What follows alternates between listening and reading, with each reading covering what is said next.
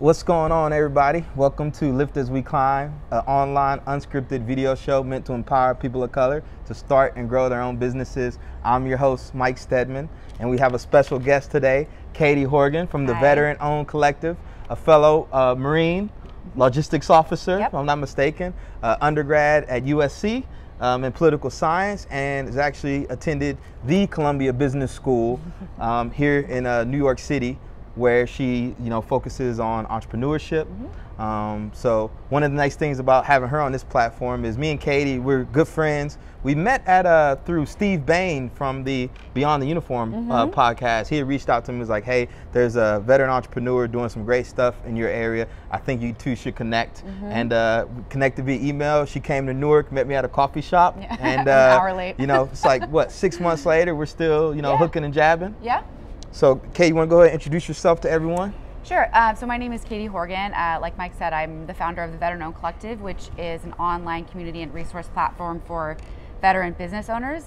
Check us out if you haven't already. I also have my own consulting practice, and I mainly work with early stage companies who need operations, logistics, and supply chain help. So I live in New York City, and I have clients all over, and stay pretty active in the vet community. So that's something else we share in common. Oh, thank you. So before we get started, right, I'm gonna give you a quick book recommendation. This is an educational podcast. So a book I want to recommend to you is The Personal MBA, Master Art of Business by Josh Kaufman. Contrary to popular belief, I do not have an MBA. I'm getting my master's in American Studies from Rutgers Newark. But over the year, I've had to up my business game a lot. And one of the ways I've done that is through audiobooks, podcasts, and obviously reading stuff like this. And the nice thing I like about the Personal MBA is it breaks down basically business into a bunch of different chapters, from sales, marketing, working with yourself, working with other people, a lot of the nitty gritty you need to know to basically start and operate a small business. One of the big takeaways I took from this was the concept of customer lifetime value. So sometimes when you're closing clients, you're going to get set on that like one big sale, but you don't really think about like, okay, if I get paid weekly, monthly, yearly, how much is that customer bringing in over a lifetime? So how much marketing is it worth? How much money is it worth spending on marketing up front to get that client, right? And then you make it up on the back end. So a lot of gems in this book. My goal is to actually start doing some book reviews in future episodes, but for right now, go out and get this. Highly, highly, highly recommend it. So with that being said, let's jump right into the interview. One thing that me and Katie both share a deep passion for is helping small businesses. I think a lot of times in the entrepreneurship space, particularly now, everything gets sucked up into like big tech, right? So you hear people talk about venture capital, angel investors, raising capital, which is always important. But the reality of it is, the majority of businesses out there aren't going to need VC funding, right? And so when you kind of think about the needs and demands for like the veteran small business or minority-owned small business, it can often just get overlooked, right? Because a lot of stuff, sometimes it just doesn't apply, right? Like a lot of you out there might have a side hustle. You're really just looking at, how do I start to bring in some income so that hopefully I can leave my full-time job and start doing this. So we're gonna talk about that, but let's frame it first with the, transitioning to real business. Because one of the things we talked about was, on her platform, Veteran-Owned Collective, where she has all these veteran-owned small businesses reposting and sharing their stuff, you made a comment to me that, one of the things that a lot of people don't realize is they haven't really set their hustle up as a business yet. And I know I did that as well. Back in the day, I had a brand called Fighting Mojo. I'll probably rock a shirt at some point. But, I was typical, had t-shirts, had my business card, had my website up, and I did have it registered as an LLC, but in terms of like how I was operating the thing, like there were no business systems, right? I don't think I had a business plan or anything, no goals, no financials, none of that stuff. But where I'm at now with Ironbound Boxing, it's the complete opposite, right? Like I have a lawyer, I have an accountant, I have, it's registered. Like I feel like I'm doing all the right things. But I want to hear your perspective on how, businesses can start that transition to where they can set it up like a real business, or what that needs to look like. Like, how do they know that they're moving in the right direction?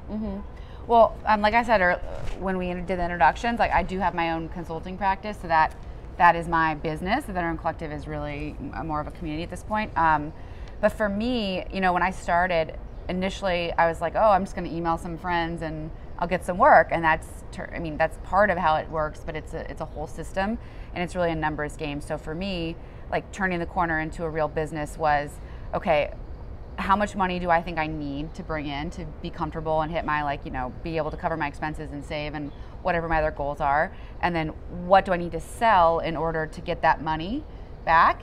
And then how do I actually execute that sales plan? So it was really just identifying the goals for me, like financially. It was just initially, it was like, I need to be able to make this much to say I work for myself and I don't have to work for anyone else. And then how do I actually go out there and get it? And then there's systems, you and I have talked about this in the past, there's systems that you need to implement to do that. So again, it's a numbers game. You may have to contact 100 people before you get one sale. So identifying what exactly you need to do and then coming up with a plan to hit that. And so I do it on like a quarterly basis, but I think like people need to do it probably on a monthly basis, I would think, in terms of goal setting and measuring progress, because if you just keep firing in all directions, you might find, at the end of the year or quarter or whatever, that you haven't made any progress towards your actual goal, which is have enough income to be sustainable. So you mentioned systems, and I know early on when I would listen to podcasts and they kept system, I was like, what is a business system? Like, I have no idea. Can you kind of share with people, like I know what it is, but can you explain what business systems are to the audience who might not know? Well, it's different for everyone and for different types of functions, but specifically for me, it's really just a process. It's for the sales cycle for me, for my consulting business, I have to reach out to 100 people, for example, and I'm going to get 20 responses, and then I'm going to get 5 phone calls from there, and then 1 actual sale from that. So it's how I go about achieving the goal, whatever the goal is. In that scenario, it's sales, but it could be something else. And I know for me, it's like, how does Ironbound do business, right? So one of the things I'm doing now, which I was doing back in the day, I haven't done now because I've been in hustle, is documenting how we do everything. Because if I get shot or something, I go down, right, everything just falls apart. So you got to create processes that work independently of you. So it's pretty much just like plug and play, like McDonald's. I don't care who you are, like you get thrown in McDonald's system, you're making burgers, you're cooking the fries, everything is set. Same way as everyone else. Everything is set like a system. Do you think for small businesses it's like overwhelming early on? It is, and I will say that I'm guilty of, I really like to make lists and like outlines, and I like to project manage, so I will sometimes spend more time on that. Like there's a balance between like get something on the page, like get something you can come back to and measure, and then like going too far where you're in it every day and you're constantly changing it and updating it. It can be challenging, I think, if you try to overthink it. I mean, it could be as simple as saying like, I need to make, $5,000 this month, or whatever the dollar amount is for you to call that a viable business, and then pick 1 or 2 things you can do to move towards that goal. It doesn't have to be a full like business plan. I mean, that's a different stage, I think, but when you're starting, you just want to establish a benchmark, and then 1 or 2 things you can do to move towards that. Do you feel like you get a lot of pushback when you're trying to push this on, some of your audience through the VOC or, some of your consulting stuff to kind of help them get started? They're like, I just want to make money. And you're like, well, we need to start creating systems to allow that to happen. Right. And then you need to actually evaluate your progress. I think people don't like to stop. I think a lot of people are action oriented, which is good. So you want to start doing stuff. And so it's hard to get someone to stop and say, okay, well, why am I doing the things I'm doing? What goals am I actually trying to achieve? Do my actions align with my goals? And so for the Veteran-Owned Collective, a lot of people I talk to, they're really just starting out, and so you kind of don't know what you don't know. So you have to first convince someone that this is important. And then the second thing is you have to get them to do it. And I think Gary Vee talks a lot about this. He's like, I could tell you exactly what I'm doing, and 99.9% of people wouldn't go out there and actually do it. So it's what should I be doing? And then like, cross the line from idea to execution. And on the consulting side, a lot of people with small businesses, they think they're correct, and I think I'm guilty of this too. You have this idea and someone comes in from the outside and says, hey, well, have you thought about this or that? And it's just, you got to like win the hearts and minds a little bit, get them to understand where you're coming from and why what you're suggesting is important for their business. So it's been kind of difficult for different reasons on both sides, mainly because the consulting business, I'm working with people that are more established. Right. And kind of entrenched in the business, and Veteran-Owned Collective is more people who are turning hobbies into businesses or just starting. So it's kind of like a different stage. Yeah, the thing that's crazy too is like some of these businesses have just such great products, right? Like whether it's a jam or some spices, or like, a lot of wood carving and stuff like that. And it's like, damn, like I really want you to succeed. Right. I really want you to be successful. But if you keep doing things this way, you're gonna be stuck. you know? And there's a lot of Me Too out there. I mean, you see someone being successful with something, or you have a hobby that happens to be what a lot of other people are doing for businesses. And what I try to, every business I talk to, I try to ask them, like, what's your reason to exist? You know, what problem are you solving for the customer? And there's a difference between doing something that's a hobby and a side hustle that you're really passionate about, and then like trying to make a business out of something that is a carbon copy of everything else that's going to be difficult, you know, for you to get customers. So it's like, you need to ask yourself, do I have a reason to exist? Does my product and service fill a gap, or is it differentiated in any way? Right. So what's just basic advice, what recommendation would you have for, okay, I got my side hustle going, boom, what's the first thing I need to like start doing to move in the right process? I really think it's goes back to that, like, what is your reason to exist? And this is a book you recommended to me, Build Your Story Brand, or is it Building Your Story Brand by Donald Miller. I'll check that book out. Great book, and it really forces you to ask yourself the question, like, you know, you put your customer at the center of your messaging, and like, what problem are you solving for them, and develop your messaging around that. I really think that's the first place, because I see a lot of businesses like, okay, I've got this coffee cup, I'm going to put it up on Etsy, everyone's going to buy it. Okay, well, why would I buy your coffee cup? What's different about it? And they haven't really done the mental exercise of, why is my product different? And sometimes the answer is it's not, and you need to change your coffee cup or your product. So honestly, I really think that the starting point is getting clear about why somebody would buy your product or service, and then developing a marketing message around that, and then setting some goals, whether it's, you know, revenue based, or, you know, social media following, or something that's going to move you towards like making that a viable business. And I think it's a good transition point too, because one thing, me and you, we've already talked like 3 books already, but we talk a lot about like education. And I think right now, you know, like the education, there's so much opportunity to go out there and learn, whether it's on YouTube, whether it's on Google, but I think maybe sometimes people just feel overwhelmed just because like there's so, you know, many options education wise. But I think for anybody that's like starting a business, right, you have to get in the books a little bit. Right. And podcasts. And great podcasts. Books, podcasts. How I Built This is a great podcast. But you know, you have a background from one of the best business schools in the world, quite frankly. You know, Columbia Business School and have an MBA. But you know, education-wise, what are some of your thoughts small businesses can do to kind of up their game or level up, right? Because speaking for myself, I was always intimidated by business. I always thought it was like for other people. But once I got into the entrepreneur game and I started reading and start seeing progress in my own little stuff, I was like, I really like this. And it's not as intimidating as people make it out to be. But I know that I can hold my own because I read so much. You know, and I'm out there actually in the hustle. So just curious to hear your thoughts on like education-wise for small businesses. Yeah, I mean, you already covered books and podcasts. Like between the two of us, we could have like a long list. We share like we text books all the time. Like screenshots of books. So that's a great place to start, and you can get a lot of free stuff. Like, I don't know the name of the app, but there's a couple of free apps for the libraries that you can basically just get a lot of books for free. There's something called Udemy, U-D-E-M-Y. Yeah, Udemy, the free courses online. Yeah, there's free courses online. I think they actually have a subscription model, so sometimes companies will pay for that, and you might be able to access it through your company. I just found out about something called Highbrow, which I just told you about, and it's basically it's like a bite-sized learning module. So they'll have like a bunch of different topics. They have like hundreds of topics, and you get a 10-day course. You get an email every day for 10 days. Gives you like a bite-sized piece of information. I just started one about how to build a startup with $0, just to kind of see what it was like. And I'm on day 3. It's been good so far. So yeah, there's a lot of free resources out there, but the biggest one is really just talking to other people who are doing it or have been successful. Business school, like, that is a built-in network, but I mean, you didn't go to business school, and here we are. Like, your network is your personal. It can start with your personal network, and if you pay it forward in the network, someone else is going to keep introducing you to folks, and you're going to keep talking to people who have learned something that you can use. And my personal network has been like pushing on the networking thing has been like probably the most educational. Just talking to other people who are doing it.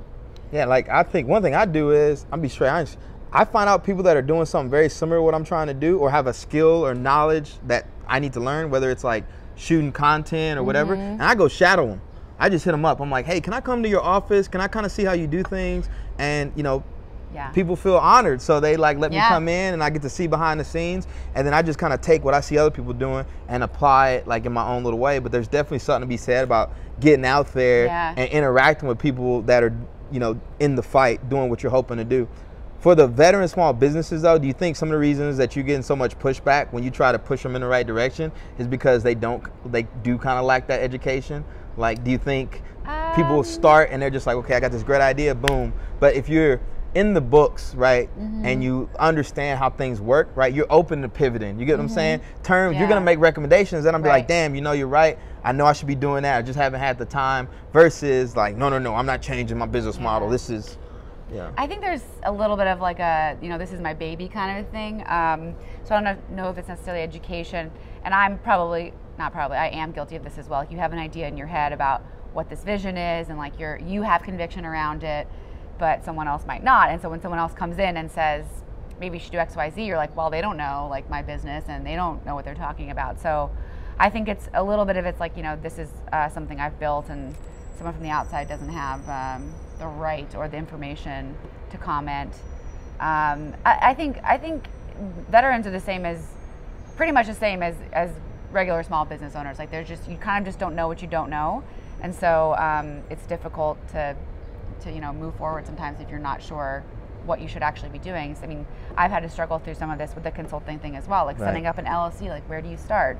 You know, setting up a website, where do you start? I made my own website. Yeah. Just throwing the plug in there. I'm not good. I made it on Squarespace because when my advisors told me, she's like, why are you paying somebody to do your website? She's like, go on Squarespace, make it for $25. I was like, what? I did the same thing. Yours is better than mine, though. Mine's yeah, but I mean, that's education right there, because that could potentially have been, what, 25? First of all that technology is getting more expensive now, and then you need to make changes on it, right? It adds up, all the little... And I also think it's just, if you are a small business owner or an aspiring small business owner and you don't know anyone else who's doing it, that's difficult. Like, we're fortunate to be in New York City. Like, we're in this community of entrepreneurs, veteran entrepreneurs as well. Like, it's even a niche to a niche. And so we talk about this stuff. Like, I have other friends like Mike, go to coffee, we talk about the challenges we're facing. And like, I feel very fortunate to have that. And if you don't have it, you need to go out and create it. And that could be reaching out to someone on LinkedIn. It could be, you know, using your personal network. It could be sending Mike an email, you know. Yeah, no, I mean, it's lonely. It is. It's I'll be honest, like, it's very lonely, and especially days when I'm like, I got all these ideas in my head. I just want to talk to somebody about it, because I feel like if I just sit with them, you know, I'm gonna explode. But I gotta say, and it's one of the reasons I started this platform, is because I've been just blessed with a great network, Katie included, of people I can actually talk business and entrepreneurship with to keep me, you know, within my left and right lateral limit, so I'm not making too many mistakes, but I'm also free to create. And that's just like, that's a big part of my education right there, because we learn from each other, you know, all the time. And you need someone to poke holes in your whatever you think you're doing, just to kind of don't keep your idea in a bubble. Was that something in the Marine Corps we talked about too? Was it like this whole bubble mentality? The bubble mentality? Yeah, maybe I'm wrong. Maybe it's another life. I don't know. But one thing we did talk about was know yourself and seek self-improvement. Yeah, that and asking for help. Yeah. I think, like, as a group, we're not great at that, and it's something you have to ask for help as an entrepreneur, because you're not a lawyer, you're not an accountant, you're not all the things that you need to be. So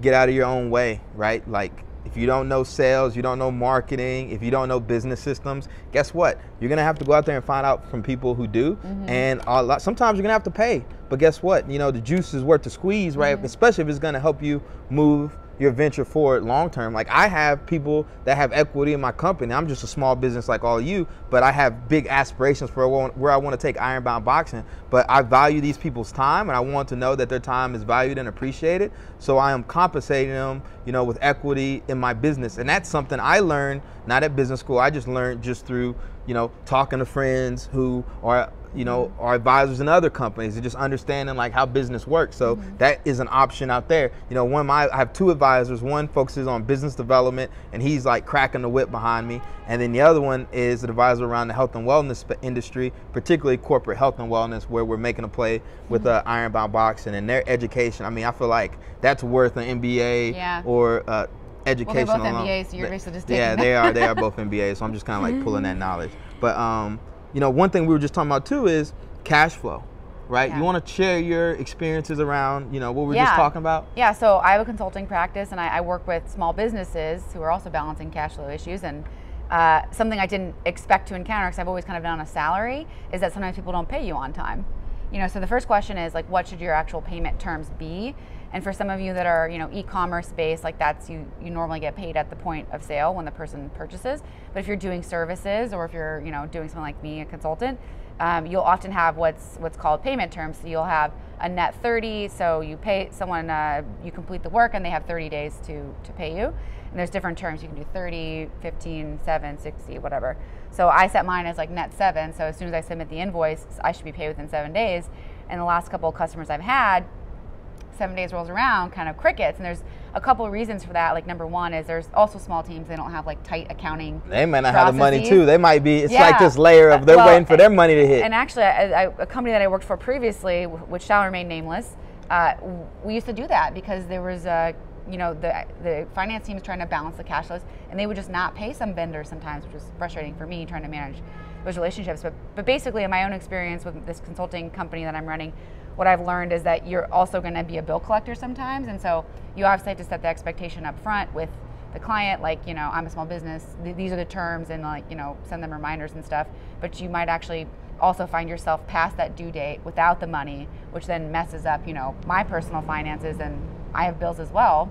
So that's something I didn't really anticipate, and it's just something that, like, another thing you learn as a business owner, like, that's another one of your jobs. Do you penalize them when they don't pay within 7? I don't have anything in the contract yet, but I thought about it after this last time that it happened.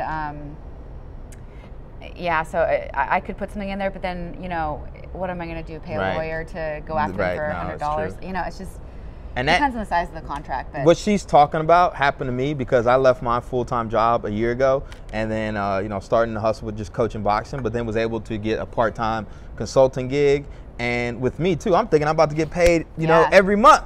Then, month 1 rolls around, this month 2, crickets. You're like, oh my God, what's going on? And, I've gone, at one point I went like 5 months without have income coming in. And so I had to liquidate my mutual fund to cover that gap, right? Because guess what? I'm still teaching boxing classes. I still got to get to and from. I still got to have equipment purchases and whatnot. And so that's when, you can read about cash flow, but until you're living it and you're watching that bank account, it's a different story. You're like, oh, this is real. But that's when it really hit home with me. And again, this was my first time doing this, so lessons learned. But moving forward, I definitely need to have a plan for all right, this is where I need to get paid. Yeah. And you need to be a few days beforehand if it still doesn't come in, be having eyes on it. But that's also why you really need some reserves, you got to have healthy cash in a company. People keep telling you that you got to have healthy cash flow. Right. You don't want to be just. This will happen. This will happen to you. But it's crazy though, because when you start talking to some of these other companies, once you see behind the veil, a lot of y'all might not see behind the veil yet, but I'm telling y'all, everybody's making up. There are companies out there that may have 3 to 6 months of cash flow, before they go tits up. Or less. Weeks. They Weeks. can't pay, sitting there, because I had a chance to interview who you had an opportunity to work for. It was Nick Toronto. Oh, you interviewed Nick? Yeah. From Played.com, and he told us that they were pounding pavement looking for an exit. Yeah. Right, because they knew how much cash flow they had left in the bank. That may have been the company that I mentioned earlier that shall remain nameless.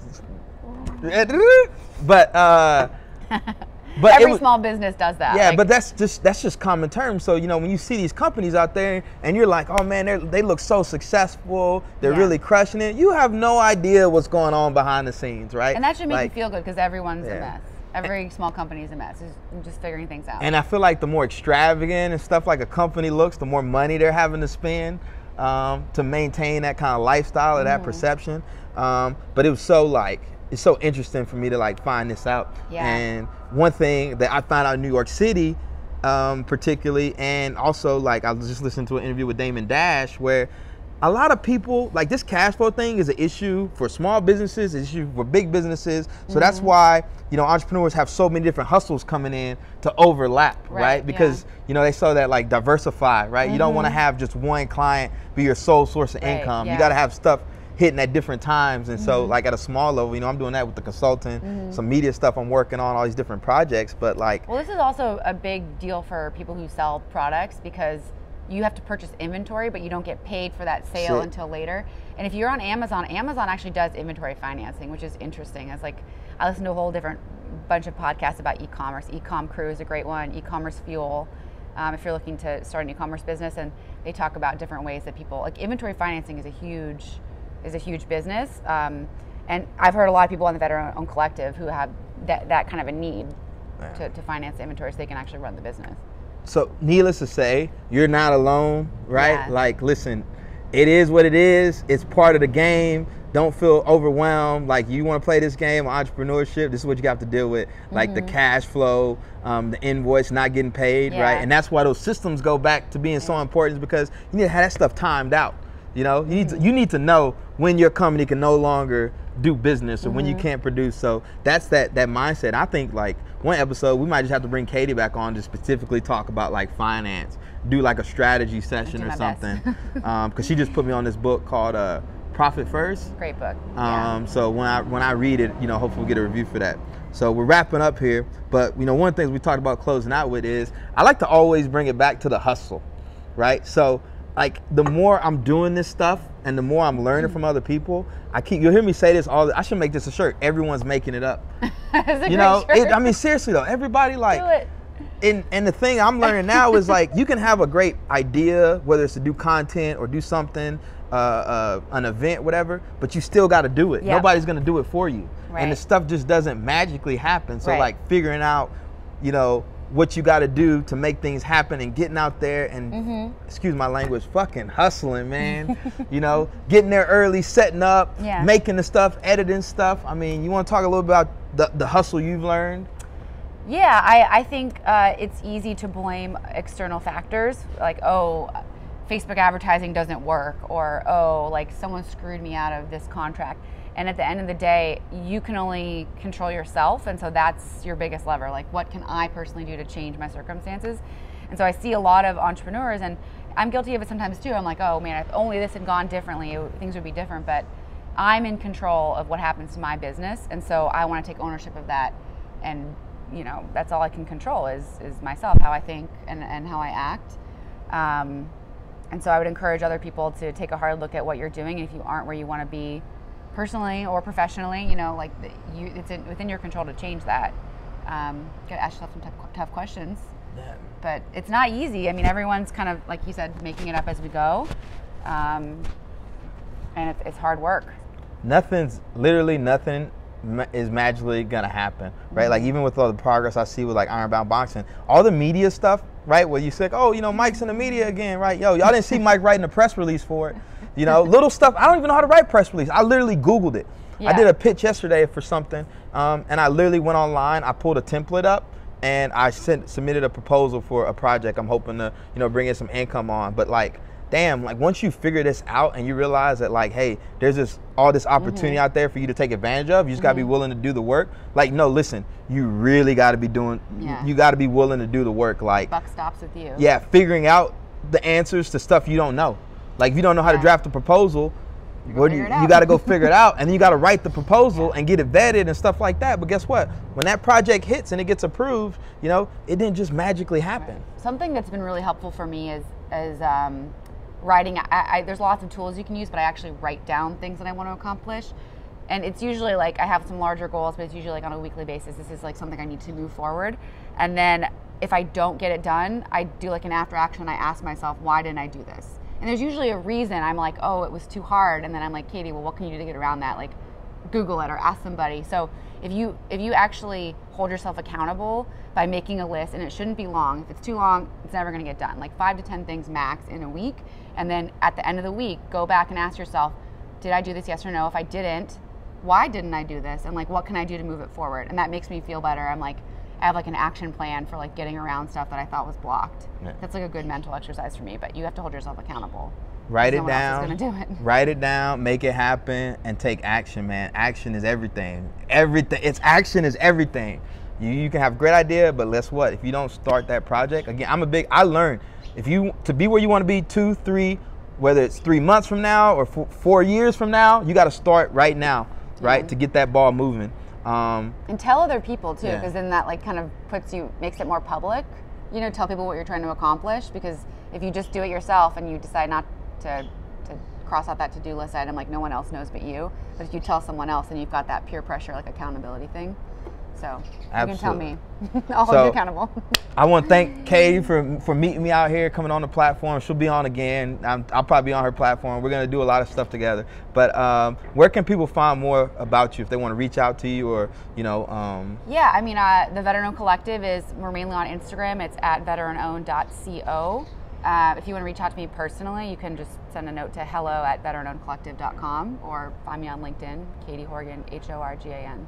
They've got some great products and services on the Veteran Owned Collective. So if you're a small business owner, I encourage you to go on that platform and reach out to some of those companies. You can also contact Katie to let her know specifically what you're looking for. I like to support our own, whether it's minority owned, whether it's veteran owned. And it's just a great way to do that. She's like laid it out. And real quick, I want to give a plug for, you know, the Ironbound Boxing Academy. Again, you guys know me as Iron Mike Stedman. I run the Ironbound Boxing Academy out in Newark. It's a free program to keep kids off the streets and in the gym, but we can't support that program alone. We need your help. Go to ironboundboxing.org and donate. Those monthly donations of $10, $20, $50 allow us to cover the cost of kids to train, have coaches there 6 days a week, and create an amazing amateur boxing program in Newark, New Jersey. And then, as you know, we also teach boxing to corporations of all sizes as a form of employee benefit. And all this can be found on our website at ironboundboxing.org. Thanks again for tuning in to the show. We're looking forward to bringing more dope content. Forgot to give a shout out early on to our sponsors, Dope Coffee. Be on the lookout for that brand, dropping here soon. Man, I just feel blessed. I get great network, great friends, and really just trying to lift as we climb and share our knowledge, skills, and just all the amazing stuff we're learning with people out there who might not be as fortunate as we are. So it's a real privilege to talk to you all and share this content. So until next time, peace.